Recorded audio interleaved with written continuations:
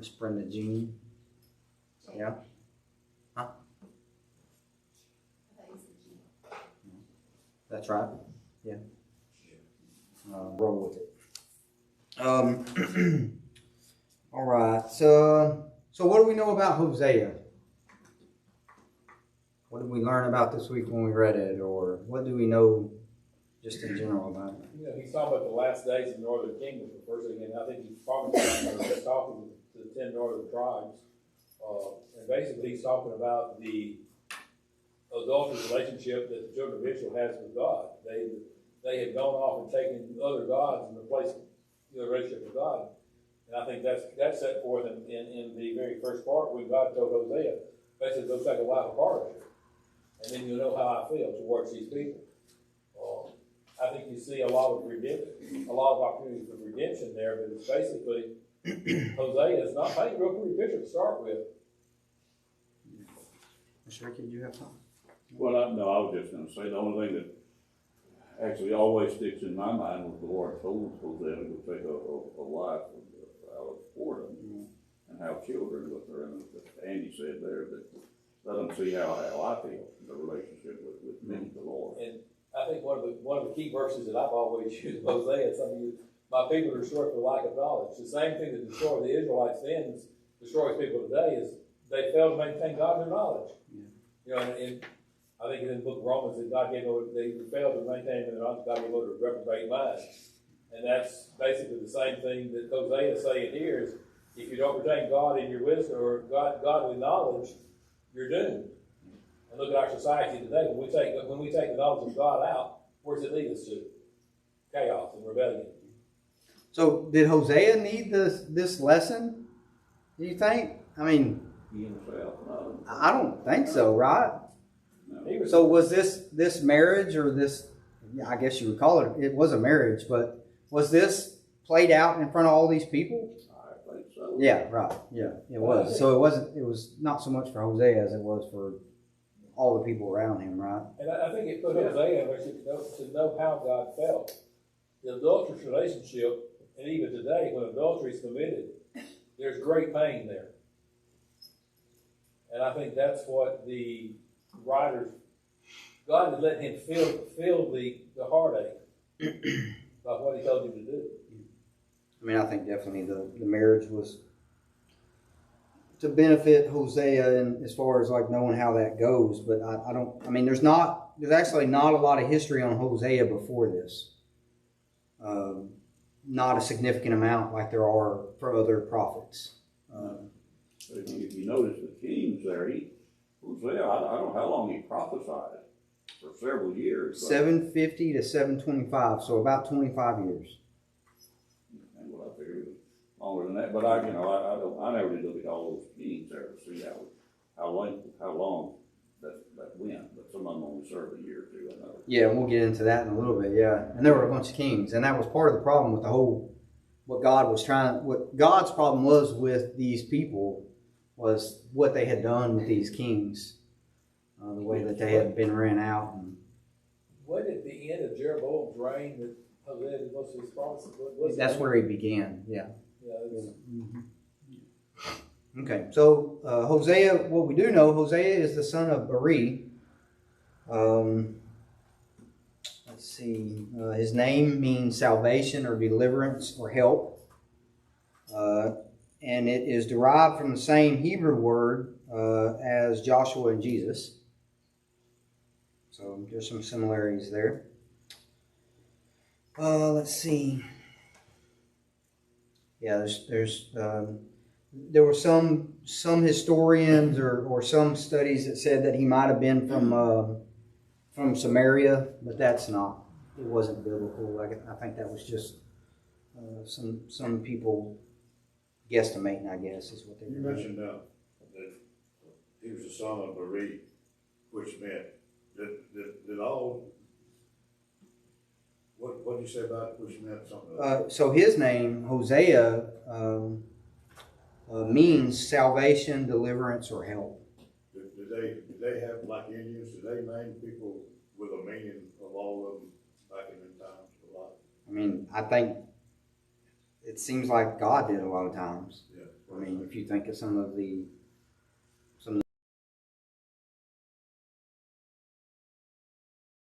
names seem significant at sometimes, maybe not all the time. It seemed like they named them for a meaning. For purpose, I guess you said. So let's see. Hosea, so there's some, like I said, there's some overlap with Hosea and Amos. And of course, they were prophesied into the northern kingdom of Israel. Isaiah and Micah would have been prophesying to the southern kingdom about that same time period. And like I said, so Hosea prophesied 750 to 725, about 25 years time, is by all indications that I have. And they coincide with the, let me get back there. I'll do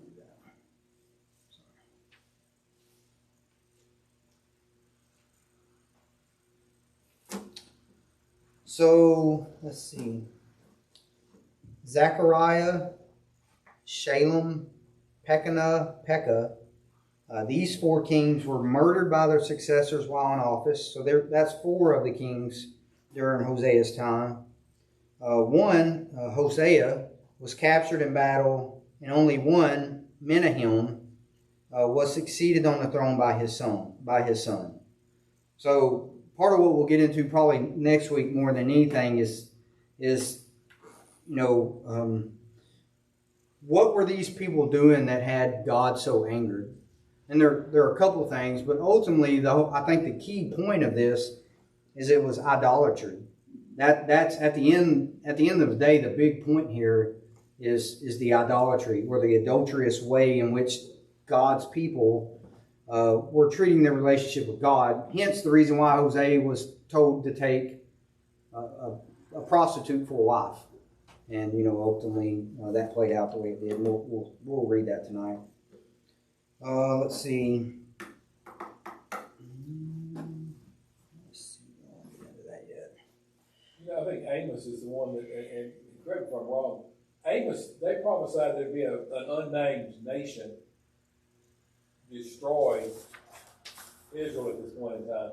Hosea names that as the Assyrians, does he not? It was. And it's the same thing that during Isaiah's day, give or take a few years, that the Babylonian captivity began to take over Judah. So we see both the northern kingdom and the southern kingdom being taken over by the Assyrians and the Babylonians, and the destruction of these people because of their idolatrous ways. Yeah, so kind of the name Menahem was actually paying tribute to the Assyrians as protection. And that's kind of, a part of this whole deal. And again, we'll focus on that maybe a little bit more next week. But 2 Kings chapter 15 kind of lays out, we can go there, I guess, real quick since we're bringing it up.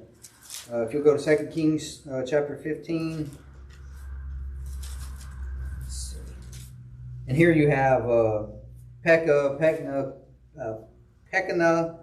Zechariah, and Menahem. Menahem 15:17, it says, in the 39th year of Azariah, king of Judah, Menahem, son of Gad, became king over Israel and reigned 10 years in Samaria. He did evil in the sight of the Lord. He did not depart all his days from his sins, all his days from the sins of Jeroboam, the son of Nebat, which he had made Israel sin.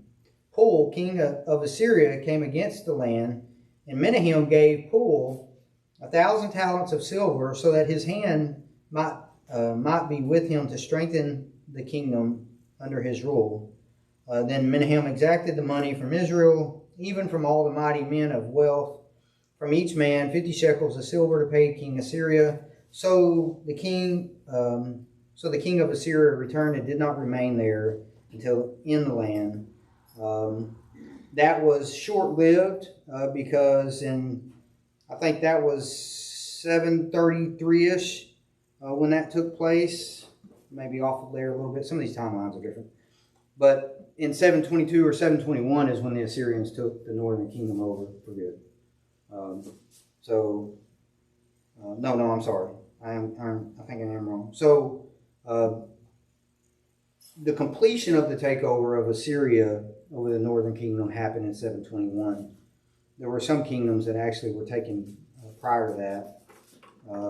Ephraim and western Manasseh were the only ones left until 721 when the final all the lands there were taken off in captivity. All right, Hosea. Let's see.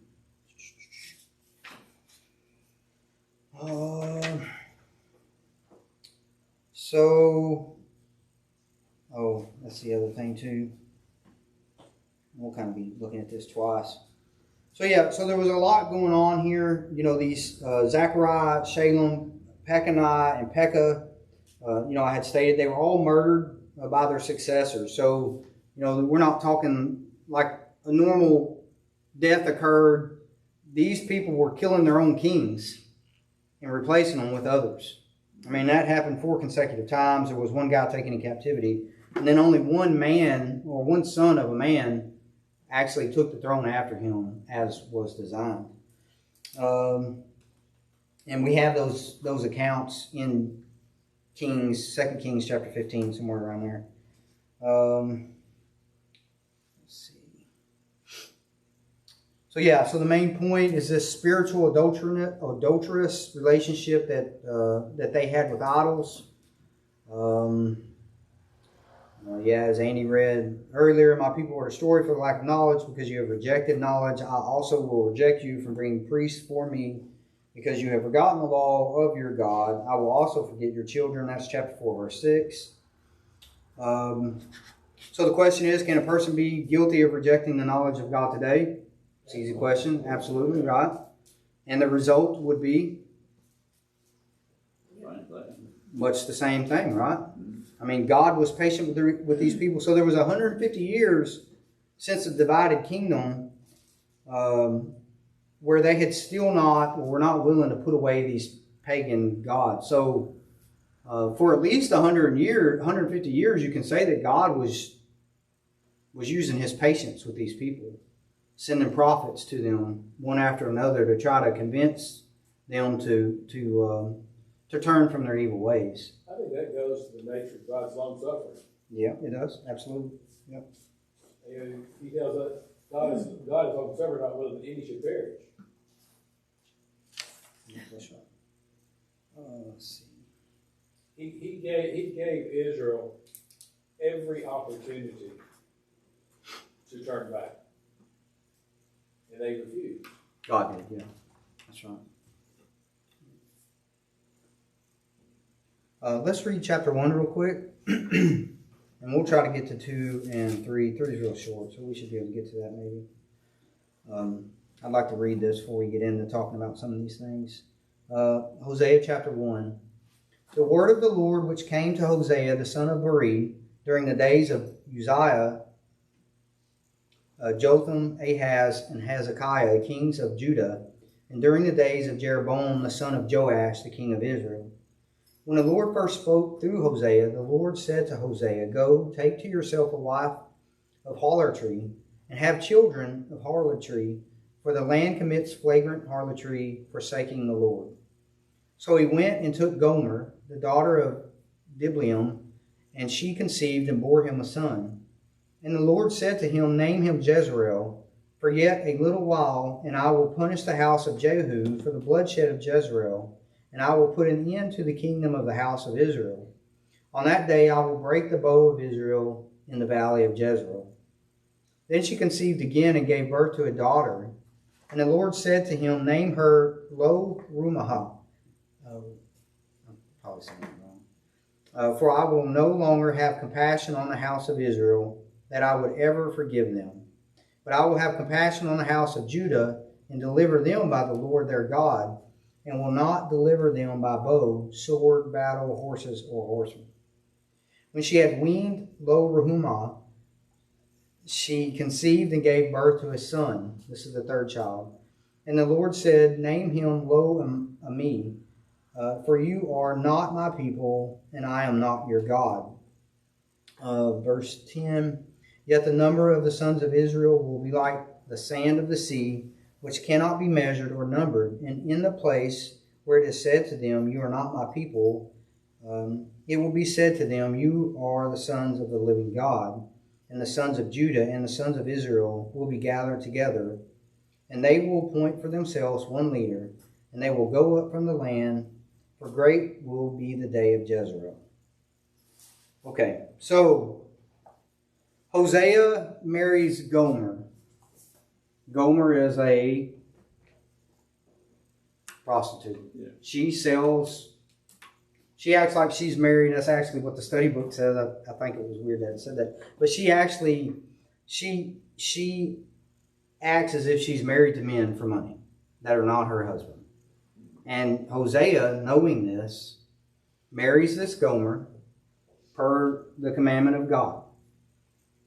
Right? Yeah. Just know it. What he's getting into. So you're going into a marriage relationship with a woman who you essentially know will commit adultery against you. Or a man, either way. It goes either way. That was going to be my question. Did she continue in that? And I suspect she did, even after she married. Yes, she did. She absolutely did. Okay. Yeah, we'll bear that out later. Okay. The text Yeah. bears it out. She continued. Because he has to go and Redeem her. redeem her, yeah. Okay. Yeah. He buys her back. Yeah, he buys her back. That's right. 15 shekels or something like that. So, But you know, every local guy in town knows Hosea's wife. I mean, You would think. they all know who Yeah. Hosea married. yeah, that's right. Everybody's scratching their head wondering, marry her. Exactly right. Now we, Can you make the question? Why did he do it? well, because God commanded it. But Oh, Okay. the people. Yeah. why would you do that? And so that was why I kind of opened up earlier with this question. Who was that for? Like, Are they going to see the parallels to people? The teaching? I think no, ultimately they don't. I mean, it plays out that way. They're ultimately taken into captivity. Okay. Well, I mean- yeah. But then, It didn't change. They didn't change, no. Uh-uh. just like the offer, and here again, I don't want to get too far ahead of the class. Just like the offer of God told Hosea, go redeem her back. God would redeem the children of Israel back had they come home and asked for it. Yeah. And they did eventually. Yeah, and here in chapter 1, there's a couple of things that God used the act of harlotry to accomplish his goal. And I was asked this question in the public office, and I still don't have the answer for it. Right here in the discussion. How could God condone a sinful act of harlotry to bring about repentance? That's the question? I don't think he condoned it. It's happening anyway. Oh, is that the end? Okay. I mean, The Lord has used various people characters to teach some lessons. To teach lessons even before. Yeah. But in this context, it's the same question about the thief on the cross. Why did that guy get to go to heaven in paradise with Jesus? He wasn't baptized. I mean, there are a lot of people who say, well, then because of that example, I don't have to be baptized. Ultimately, I think those decisions are up to God. Oh, yeah. I don't think the point is, I don't think it's up for us to second guess that. There's a lot I don't understand. Yeah, absolutely. I don't know. That's right.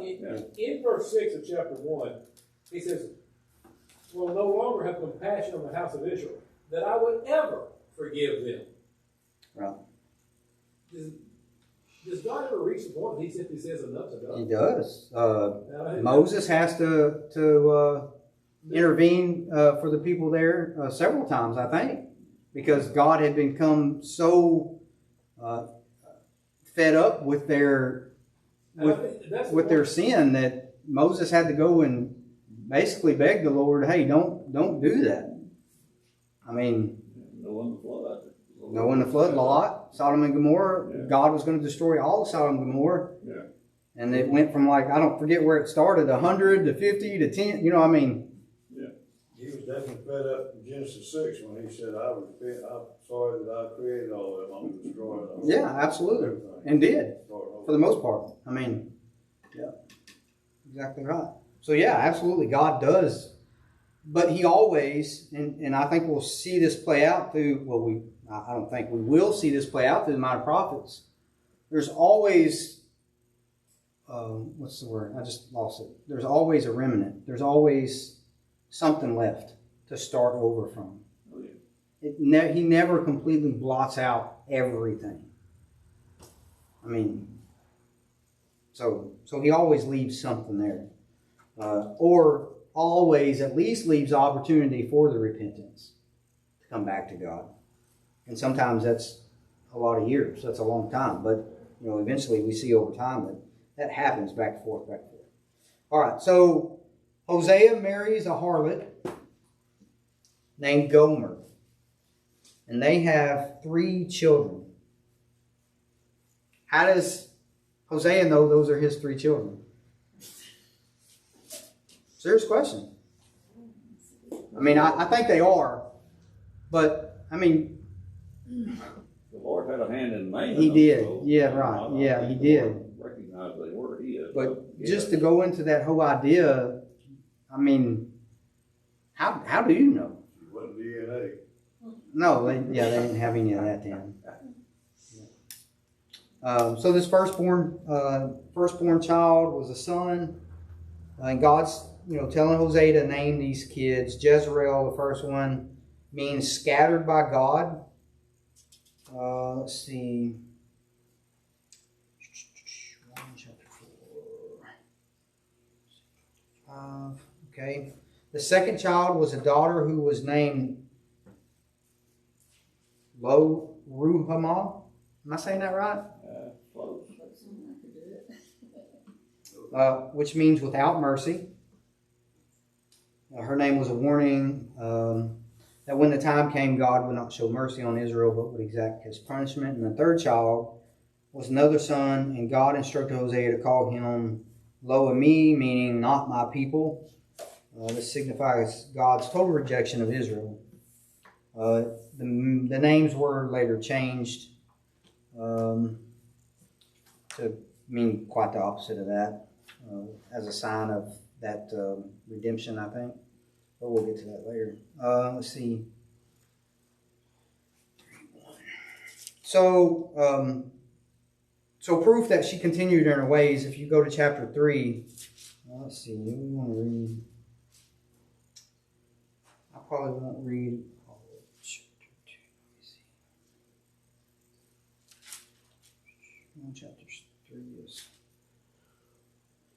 So chapter 2, basically, the first half of chapter 2 is the idea of Israel's unfaithfulness, being condemned by God. Let's see, he says, verse 1, say to your brothers, me, and to your sisters, Rumahai, contend with your mother, contend, for she is not my wife, and I am not her husband. Let her put away her harlotry from her face and her adultery from between her breasts, or I will strip her naked and expose her as on the day when she was born. Let's see.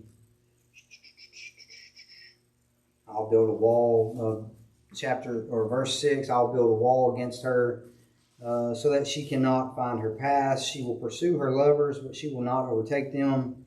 And she will seek them, but will not find them. Then she will say, I will go back to my first husband, for it was better for me then than now. And then, let's see. Verse 14. Therefore, behold, I will allure her. I will bring her back into the wilderness and speak kindly to her. Then I will give her her vineyards from there in the valley of Achor as a door of hope. And she will sing there as in the days of her youth, and as in the days when she came up from the land of Egypt. I will come about in that day, declares the Lord, that you will call me Ishi. I'm not saying that right, which is my master. They will call me my master, declares the Lord. They will no longer call me. What does the New King James have there? The last sentence or the last verse or last part of verse 16. Bailey? Bailey is my Yeah, okay. All right. Yeah, okay. Which means It's my Baal. master. Mine says that Ishi means my husband and Bailey means Baal. Baal and my master. Yeah, that's right. Okay. Just make sure I had that right. For I will remove the names of the Baals from her mouth so that they will not be mentioned by their names no more. And in that day I will also make a covenant for them with the beasts of the field, with the birds of the sky, the creeping things of the ground. And I will abolish the bow, the sword, and war from the land. And I will make them lie down in safety. Let's see. Okay, chapter 3. Hosea's second symbolic marriage. But it is actually, if I'm wrong, correct me, but it's the same marriage. I don't, they didn't get divorced and then remarried. So it's the same marriage. But it says, The marriage has fallen apart because of the idolatry, because of the adultery. yes, you're right. And But it didn't end. the betrayal that both God felt and Hosea felt was real. And I think, basically, that's all what chapter 2 is talking about here, is the unfaithfulness of Israel and how God's going to rebuke them, and then Hosea's going to say, okay, we'll try it again. Right. And I think chapter 3 is that we'll try it again. All right, chapter 3, verse 1. Then the Lord said to me, go again, love a woman who is loved by her husband, yet an adulteress, even as the Lord loves the sons of Israel. Though they turn to other gods and to love raisin cakes. That was Andy's deal. I didn't even notice that earlier when I was reading that.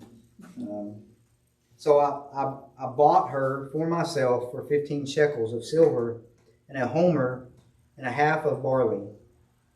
Then I said to her, you shall stay with me for many days. You shall not play the harlot, nor shall you have a man. So I will also be towards you. For the sons of Israel will remain for many days without the king or prince, without sacrifice or sacred pillar, and without ephod or household idols. Afterwards, the sons of Israel will return and seek the Lord their God and David their king, and they will come trembling to the Lord and to his goodness in the last days. Does that ever take place?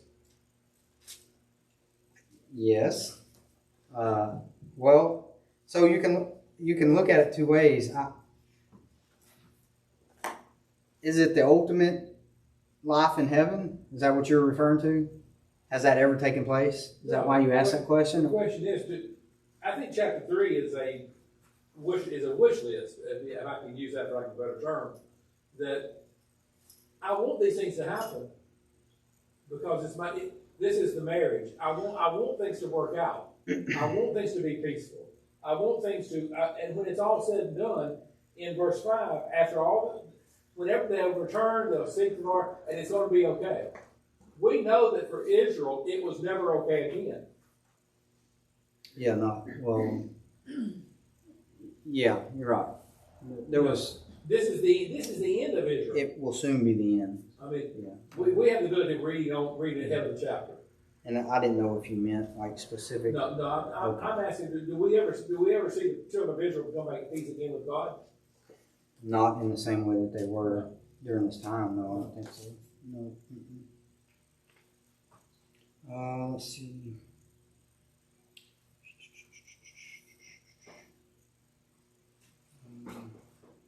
Yeah, 721. I mean, that's me. I'm sorry. That's disturbing. All right. So,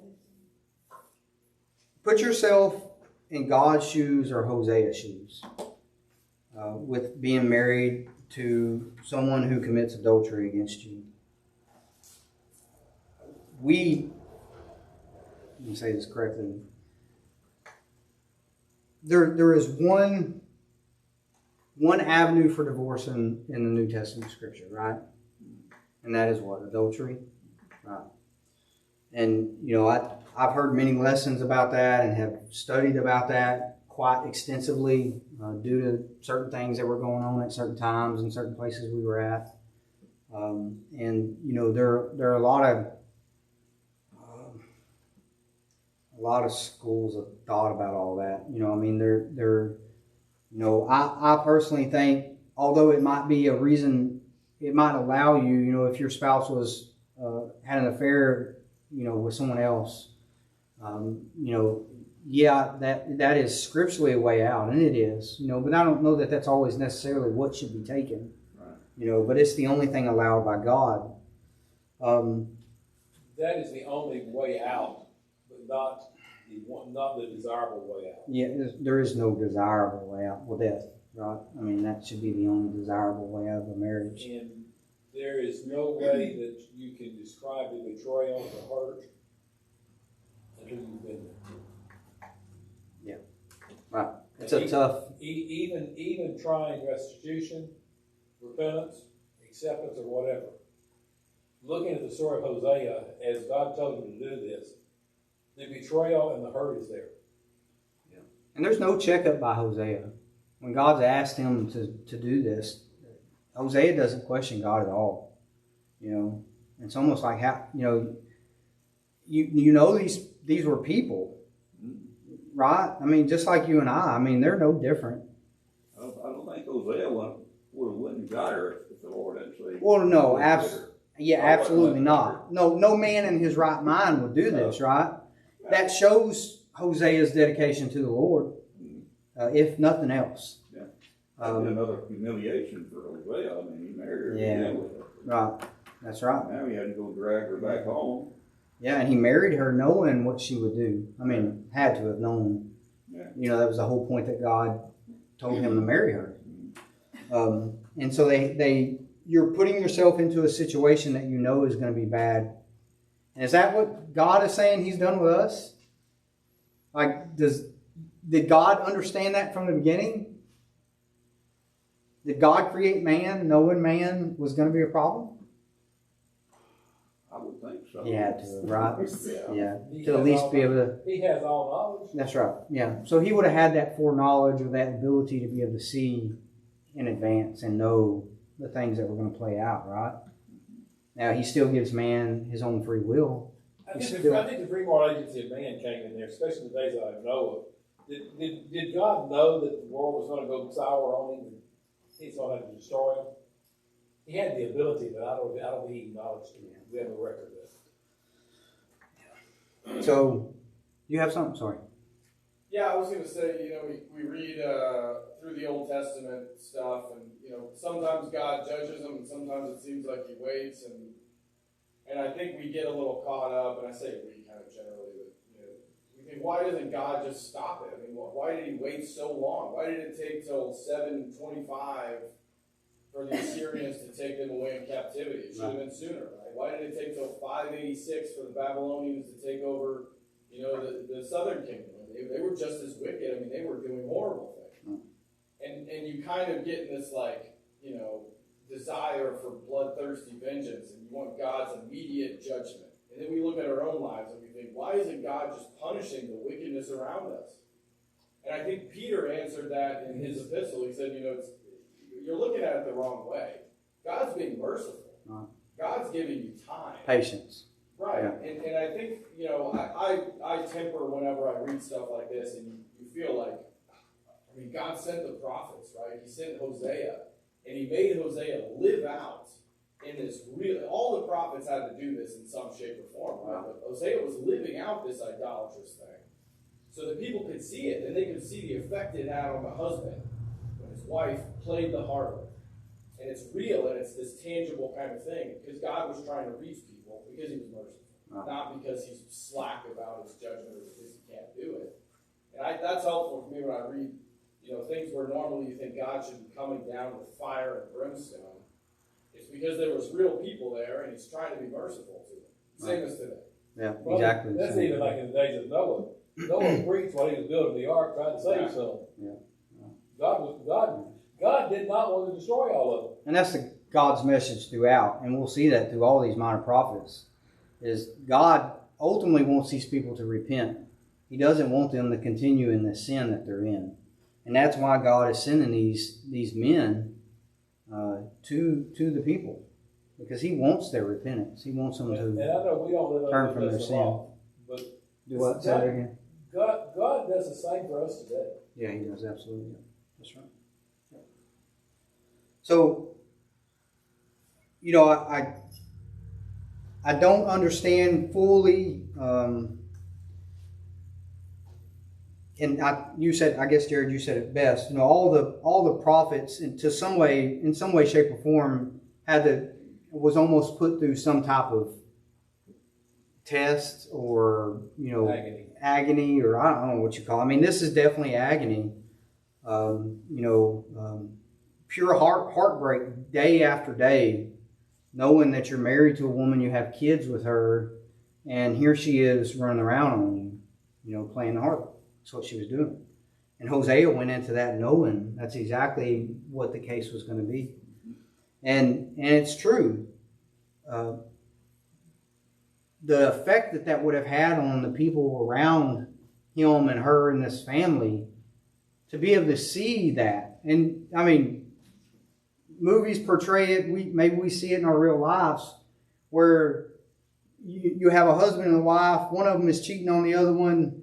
The whole town knows what's going on except the other person in the house, kind of deal, and all the back and forth that happens, dramas or whatever they do that in. But I mean, that's playing out right here in real life. And yeah, the question comes to mind, why would God not condone? Obviously I don't think he condone, I know what you meant there. But why would God allow one of his prophets to be joined together in a marriage with someone who he already knew was sinful, a harlot? That's what I was sitting there thinking. What? Get back in my mind now. What do the people think that they know that Hosea had married this gal? And now they're thinking, this Hosea, he claims to be God's prophet, but he's married to her, and we all know her, and they're no different from us, but he claims to be God's prophet. What does that do to his credibility? Just like Jesus with the tax collectors, right? Yeah. Same kind of situation. Yeah. Yeah, I thought about that too, and you would think that it would have some effect. Yeah. He's no on the script. Now, obviously, we're going to get to a point later on next week, where all that kind of comes to the head. But ultimately, it was to kind of show the people there the exact thing that they were doing. Right? God was their husband, if you will. Yes. Was Hosea an innocent party? Well, as far as the scriptures go, yeah. I mean, there's no record of sin on Hosea's part. Just something like that. Okay. So, well, yeah, obviously, right. So, but God is trying to set an example for these people, and he's using a prophet, to play this scenario out in front of these people, to show these people, hey, this is exactly what you're doing to me. And so you can sit there and you can almost see them ridiculing Hosea. You're a prophet of God? Yeah, You're the point. You're a prophet of God, and you married that. Yeah. You want to tell me what the... And you knew you were marrying that. Yeah. And you got all the answers for me. You're the one that's supposed to be telling me what I'm doing wrong. Yeah. What about the log in your eye? Yeah. Do you see what you're doing and what you're a part of? Yeah. I mean... Did they get the point? Did the people... No, ultimately they didn't. I mean, they did not. But I think it's for Hosea. I mean, that's the perfect opportunity to preach to him, because he turns it around and he says, absolutely. He says exactly. Yep. They say, "How can you be in this whore? Why don't you cast her off? Why don't you get rid of her?" He says, "Why doesn't God get rid of you? That's right. Why doesn't God wipe you off the face of the That's the whole point that Hosea's trying to make. Yeah, that's right. And I think, I really like Jeremiah, because I think you get from Jeremiah a little more insight into like the prophet and God relationship. But there's this passage from Jeremiah 1, and I don't know if this is something similar God told Hosea that we just don't know about, but he tells Jeremiah, "Dress yourself for work, arise and say to them everything that I command you. Do not be dismayed by them, lest I dismay you before them. And I, behold, I make you this day a fortified city, an iron pillar, and bronze walls against the whole land, against the kings of Judah, its officials, its priests, and the people of the land. They will fight against you, but they shall not prevail against you, for I am with you, declares the Lord, to deliver you. And I can only imagine that God had given Hosea some kind of similar call. Pep talk or something like that. Exactly, Yeah. right? Yep. Because, again, I mean, Hosea would, imagine the embarrassment, right? Like you said. You know, God gave Paul the same assurance. He said, you go all the way. Don't worry about what doesn't happen to you. You're going to make it, Paul. And I mean, I agree with Jared. I think God told Jeremiah straight up, you're going to be okay. Jeremiah had a tough situation. I always like to study Jeremiah, but and I think God takes care of his people in ways that we don't understand. And it also shows us the length to which God will go for us. I mean, ultimately, we know He sent His Son to die at the hands of His enemies. But even before that, I mean, look what God is doing for these people. God has taken a sinless man, Hosea. There's no account of sin for him. I say sinless. Maybe I should have phrased that different. An upright man. There you go, an upright man. That's the better way to put it, sorry. He's taken this upright man, a Job, if you will, or something, and making him join this harlot to save other people around him, to save Israel. At a last ditch effort to convince the people here that the things that they're doing, murdering kings, paying off Assyrian kings to stave off being taken over, which they're ultimately taken over anyway. The same guy that they paid not to take them over took them over.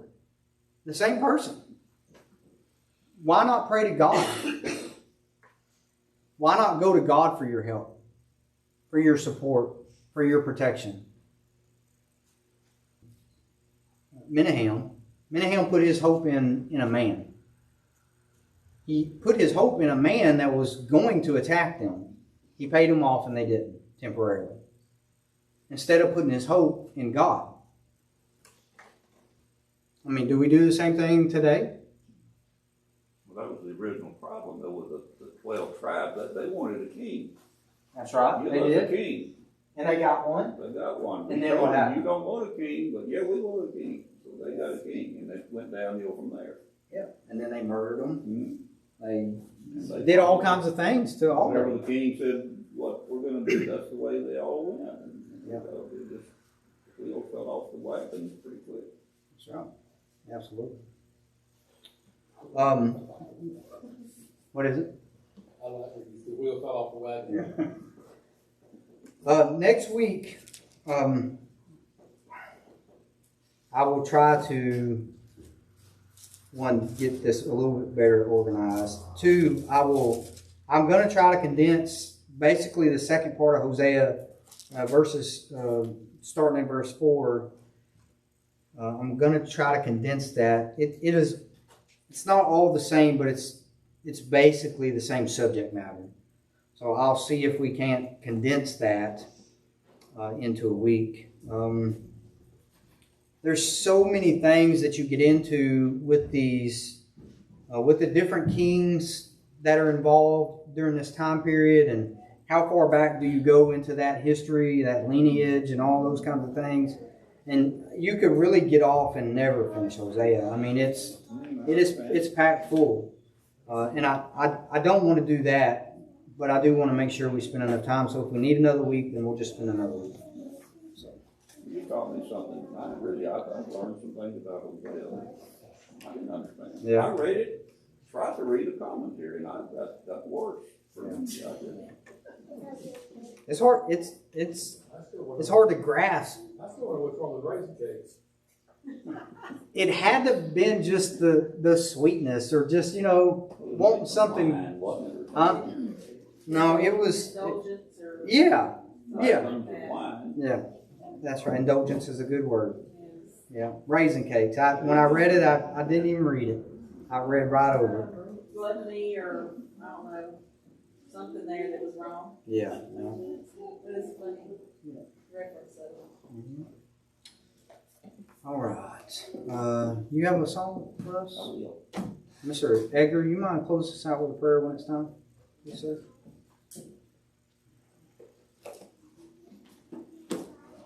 4:14, oh how I love Jesus. 4:14, first and last verse. Here in a minute, we'll sing 4:14, first and last verse. And then also as a way of invitation. So we started studying Hosea tonight. We were all in here. Well, the girls weren't. Sorry, I'll talk to y'all. Hosea was made to marry a harlot to present a similar scenario to the people of Israel, to kind of show the people of Israel what they were doing in their relationship with God. They were cheating on God. They had idols that they were worshiping. They were murdering kings that God put in place. They were doing all these things to go against God. And God, in His patience and love for us, was doing everything He could to get them to turn from their sin. To include sending a prophet and marrying a harlot, and how that whole situation played out there. And it's the same way God is with us today. We know that God sent His Son to die on the cross for us. Shed His blood. We remember that blood in His body every first day of the week until His coming. And the important part, I think, for us to know, most of us are Christians in this room, is that we all, sometimes I play the harlot. I pick and choose things in my life that I prefer to do instead of obeying God. Whether missing a service because I don't want to be here, me and Edgar have a little joke, but it's just a joke. But we all make decisions in our lives each and every day. What we're going to take part in, who we're going to hang out with. And all those things are important. There's not one decision that we don't make each and every day that doesn't have some type of bearing on our relationship with God. And Hosea is a good example to us. Just imagine for a minute. I mean, it's one of the worst things I could think of possible. Just imagine you coming home and learning that your spouse was cheating on you. Just think about that for a minute. I mean, some of y'all have been married a long time in here. Longer than me. To be betrayed, and that is the whole thing with Hosea is betrayal. To be betrayed in that way, that is the deepest cutting, never healing thing that can happen. I mean, I don't know what's worse, honestly. That's bad. And that's what we do when we make decisions to disobey God and to cater to our own justifications, our own sins, our own wants over what God would have us do. And if we think about it in that way, if we think about when we're making those decisions, hey, I'm cheating on God here. That's what I'm doing. I'm playing the harlot in my relationship with God. We probably would think more about that decision we're making. And I need to do that. Because that really puts it in perspective, I think. And I think that was the point with Hosea. He was really trying to show these people what they were doing, how they were living their lives in relationship to God. And it was not good. I mean, it was terrible. And God, we talked about in class, had been more than patient with these people. 150 years at least since the kingdom split. And they had these idols and their pagan gods. And they were killing kings and killing prophets. All these things were going on. And God was still patient with them. And God's still patient with us today.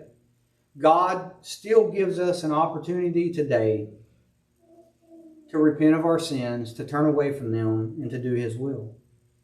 And as long as we have today, we have that. And Lord willing, we have tomorrow, we'll have it tomorrow. It's always available to us. And we should take advantage of it.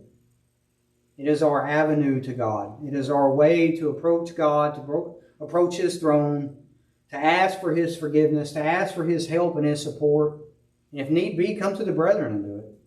Whatever you have to do, should be fine with you if it leads to salvation versus the other way. And that's the point of Hosea. It's easy. There's a lot there, but the point is really small but important. So if you are in need of that help tonight, I'd ask you if you come forward as we stand and sing. 414? Yes. 414, first and last. Not what each day. That's that you be with the man that's been mentioned as in need of your prayers, a special blessing from Brenda, that she have a good outcome on her test. Also, the Lord's trolls, pray that you'll be with him through his time and you restore him to a good health of his health, reveal your will. But that you'll be with all the others that's having health problems, that you'll bless them and help them and restore them to their health also. And that's what you be with Randy as he's out in the field tonight.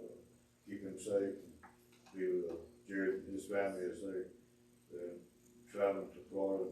He's going to be gone this weekend also in the field. That you'll bless him, keep him safe also. But now you'll bring us back in the next point in time. Give us what we pray. All these things, that's your son's name. Yeah.